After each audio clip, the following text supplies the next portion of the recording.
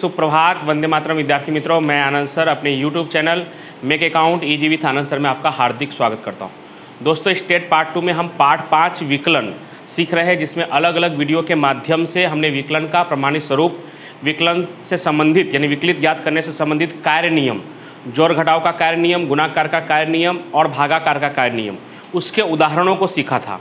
उसके बाद द्वितीय विकलन और सबसे महत्वपूर्ण टॉपिक न्यूनतम मूल्य और महत्तम मूल्य ज्ञात करना, उसकी विधि के स्टेप्स, जो 5 स्टेप थे वो हमने सीखे थे। और उससे संबंधित मैंने आपको सेक्शन एफ में पहला सवाल करवाया था। एफ का हमारा पहला सवाल हो गया था और मैंने आपको कहा था दूसरा और तीसरा प्रश्न और उदाहरण 2 आपको होमवर्क के रूप में दिया था।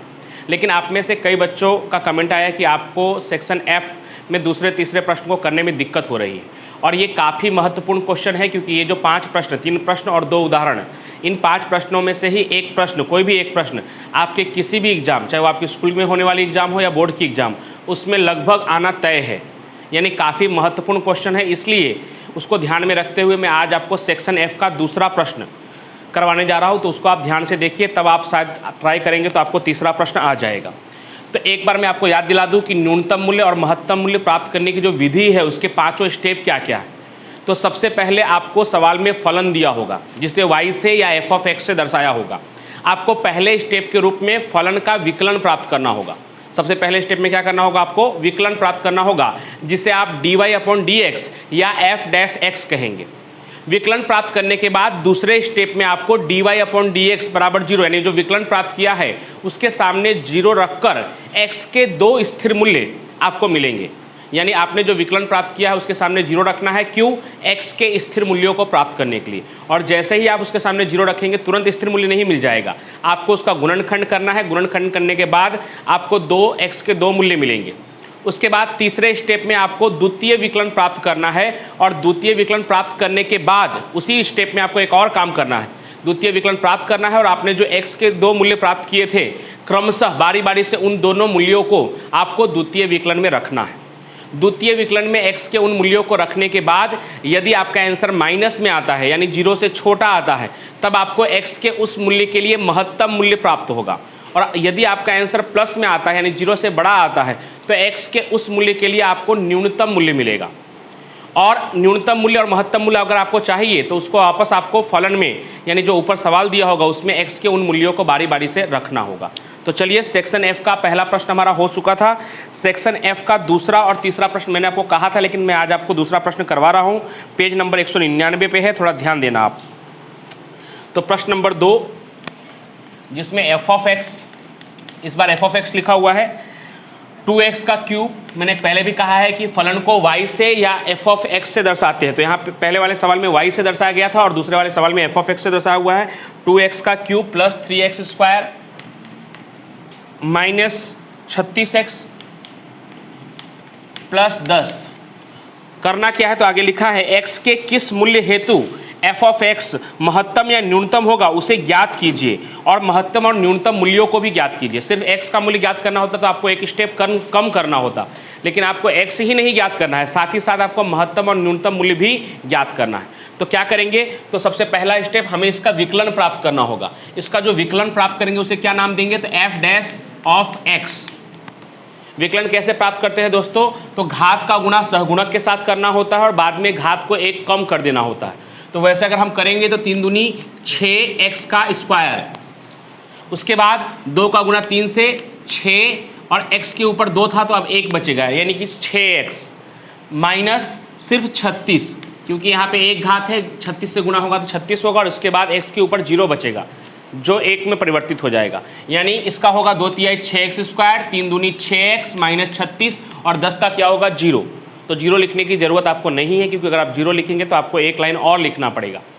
चलिए, अब दूसरे स्टेप में आपको क्या करना है, जो आपने विकलन प्राप्त किया है उसके सामने 0 रखकर x के 2 स्थिर मूल्य प्राप्त करने हैं। तो लिखेंगे f' ऑफ x बराबर 0। यहाँ कोष्टक में लिख देना है x के स्थिर मूल्य के लिए। भाई हम 0 क्यों रख रहे हैं, तो x के स्थिर मूल्य प्राप्त करने के लिए। चलिए, तो f' कितना आया था हमारा, 6x square plus 6x minus 36 बराबर 0। कल की तरह ही, कल के वीडियो की तरह ही इसमें भी कॉमन आ जाएगा। पूरे में से ध्यान से देखेंगे तो आप पूरे में से 6 कॉमन आ सकता है। 6 कॉमन लेंगे तो 6 एकम 6 यानी एक्स स्क्वायर, यहाँ पे भी 6 एकम 6 यानी एक्स, और 6 छक 36, 6 बराबर 0। यानी आपको 6 का एक ऐसा टुकड़ा करना है, ऐसा 2 टुकड़ा करना है 6 का, जो गुना करने पे तो 6 हो लेकिन जोड़ घटाव करने पे कितना है, 1 आए। तो 3 दूनी 6, 6 एकम 6 भी होगा लेकिन 6 में से 1 घटाएंगे तो 5 हो जाएगा। गुना करने पे तो 6 होगा लेकिन जोड़ घटाव करने पे 1 नहीं होगा, इसलिए कौन सा वाला टुकड़ा लेंगे हम, 3 दूनी 6। 3 और 2 का गुना करने पे 6 भी हो जाएगा और 3 में से 2 घटाने पर 1 भी आ जाएगा। उसके बाद हमारे मन में एक और प्रश्न आता है, भाई 3 और 2 तो हम लोग समझ गए, लेकिन 3 2 के बाद प्लस में कौन सा होगा और माइनस में कौन सा होगा, वो भी एक प्रश्न है। तो यहाँ पे देखना है आपको क्या चाहिए, तो आपको प्लस में 1 लाना है। तो आपको जो भी प्लस में या माइनस में जो भी लाना है उसके हिसाब से जो बड़ी संख्या होगी उसका चिन्ह वो रखना होगा। तो आपको प्लस का 1 लाना है, तो 3 और 2 में बड़ा कौन है, 3 बड़ा है, तो 3 का चिन्ह आपको प्लस में रखना है और 2 का चिन्ह माइनस में रखना है। तो इस तरह से आप करेंगे तो हो जाएगा x square plus 3x minus 2x minus 6 बराबर 0। आप देख सकते हैं 3x में से 2x घटाएंगे तो x होगा, और 3x और माइनस 2x का गुना करेंगे तो माइनस 6x स्क्वायर होगा। उसके बाद हम 2 की जोड़ी बनाते थे, तो यहाँ से कॉमन क्या आएगा x, तो अंदर बचेगा x प्लस 3। यहाँ से कॉमन क्या आएगा 2, कैसा 2, तो माइनस का 2, तो अंदर बचेगा x प्लस 3 बराबर 0। तो एक आ गया आपका x प्लस 3 बराबर 0, या दूसरा आया x माइनस 2 बराबर 0। तो x की पहली कीमत क्या आएगी, तो प्लस 3 हो जाएगा, तो क्या होगा x बराबर माइनस 3 या x बराबर 2। आप किसी को भी पहली कीमत और किसी को भी दूसरी कीमत कह सकते हैं, क्योंकि हो सकता है आपने इधर x माइनस 2 लिखा होगा और इधर x प्लस 3 लिखा हो, तो उससे कोई मतलब नहीं है। x की 2 अलग अलग कीमत मिल गई, एक माइनस 3 और एक 2। ये हमारा कितना स्टेप हो गया, तो ये हमारा 2 स्टेप हो गया। विकलन प्राप्त करके हमने x का मूल्य भी प्राप्त कर लिया। अब तीसरा स्टेप जिसमें हमें 2 काम करना है, द्वितीय विकलन भी प्राप्त करना है और उस द्वितीय विकलन में x के इन दोनों मूल्यों को बारी बारी से रखना है। तो सबसे पहले द्वितीय विकलन को क्या कहेंगे, तो इस बार f ऑफ x वाला है तो f डैश x कहते हैं, तो प्रथम विकलन होता है। f double dash of x कहेंगे तो वो द्वितीय विकलन होगा। द्वितीय विकलन का मतलब मैंने आपको क्या बताया था, विकलन का विकलन प्राप्त करना। ये जो आपने विकलन प्राप्त किया है, इसी विकलन का फिर से विकलन प्राप्त करने की जो प्रक्रिया है उसी को कहते हैं द्वितीय विकलन। तो इसका विकलन प्राप्त करते हैं तो 6 दूनी 12x, 6 एकम 6 यानी सिर्फ 6 ही आएगा, और ये क्या हो जाएगा 0, यानी आपका फाइनल क्या कहलाएगा 12x प्लस 6। ये हो भी गया द्वितीय विकलन। अब इस द्वितीय विकलन में हमने जो x के 2 मूल्य निकाले थे -3 और 2, इसको बारी बारी से रखने पर, तो पहले x बराबर -3 रखने पर इसी द्वितीय विकलन में, तो 12x की जगह पे क्या -3 प्लस 6, तो 12 गुणे -3 करेंगे तो क्या होगा -36 प्लस 6, -36 और 6 करेंगे तो क्या आएगा दोस्तों -30 आएगा, जो कि क्या होगा छोटा होगा 0 से, और 0 से छोटा होगा तो हम क्या लिखेंगे कि x बराबर -3 के लिए महत्तम मूल्य मिलेगा। मैंने क्या कहा था कि अगर द्वितीय विकलन में मान रखने के बाद यदि ऋण में आता है तो x के उस मूल्य से, यानी जिस मूल्य को रखने से ऋण में आता है, x के उस मूल्य के लिए हमें महत्तम मूल्य मिलेगा। वो महत्तम मूल्य होगा नहीं, उसके लिए महत्तम मूल्य मिलेगा। तो लिखेंगे x बराबर 3 के लिए महत्तम मूल्य मिलेगा। अब ऐसे तो हम आगे का नहीं भी करें तो अभी से ही हम समझ सकते हैं कि भाई x बराबर -3 के लिए अगर महत्तम मूल्य मिलेगा तो x बराबर 2 के लिए क्या होगा, न्यूनतम मूल्य मिलेगा। लेकिन हमें फॉर्मेलिटी करना है, उसको यहाँ पे दर्शाना तो पड़ेगा। बाकी आप खुद से समझ सकते हैं कि एक के लिए अगर महत्तम मिलेगा तो दूसरे के लिए क्या होगा, न्यूनतम मिलेगा।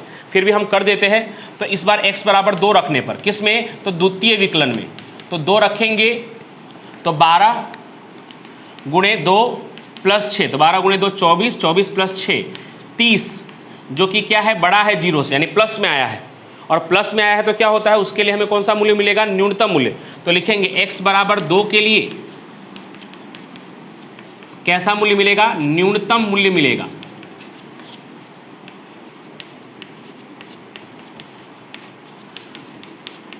अब हमें महत्तम और न्यूनतम मूल्य भी चाहिए, तो यहां लिखूंगा महत्तम मूल्य। तो महत्तम मूल्य के लिए क्या करना होगा, तो महत्तम मूल्य के लिए x बराबर किसको रखने से महत्तम मूल्य मिलने वाला है, तो x बराबर -3 को रखने से महत्तम मूल्य मिलने वाला है।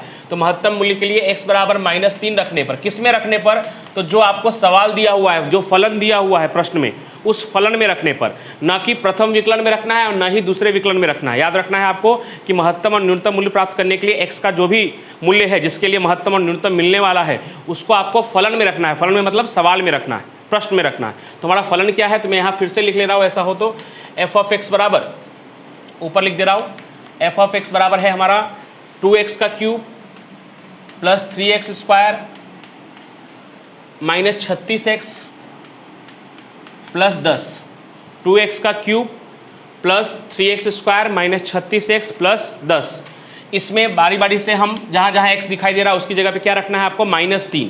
तो सबसे पहले 2x का क्यूब मतलब -3 का क्यूब प्लस 3x का स्क्वायर यानी -3 का स्क्वायर माइनस 36x की जगह पे -3 और प्लस 10। तो -3 का 3 बार गुना यानी कि 3 × 3 9, 9 × 3 27, लेकिन माइनस का 3 बार गुना होगा तो -27 आएगा, और -27 का गुना 2 से करेंगे तो क्या होगा, -54। कैसे हुआ दोस्तों, तो 3 का 3 बार गुना करने पे आपको पता ही है 27 होगा, 3 × 3 9, 9 × 3 27, और 3 बार अगर माइनस का चिन्ह का उपयोग होगा तो किस में आएगा, माइनस में आएगा, और -27 का गुना 2 से करेंगे तो कितना होगा, -54। अब यहाँ पे -3 का वर्ग करेंगे दोस्तों, तो -3 का वर्ग क्या होगा, +9, और +9 का गुना 3 से करेंगे तो +27। यहाँ पे भी माइनस माइनस क्या हो जाएगा दोस्तों, प्लस, माइनस माइनस का गुना होता है तो क्या होता है, प्लस। 36 × 3 करेंगे तो 108 और प्लस 10। तो इसको आपको हल कर लेना है। सबसे पहले -54 प्लस 27 प्लस 108 और प्लस 10, तो आपका आंसर आएगा 91। ये कहलाएगा महत्तम मूल्य। उसी तरह से आपको कौन सा मूल्य प्राप्त करना है, न्यूनतम मूल्य। तो न्यूनतम मूल्य प्राप्त करने के लिए ये 91 जो आया ये कहलाएगा आपका महत्तम मूल्य।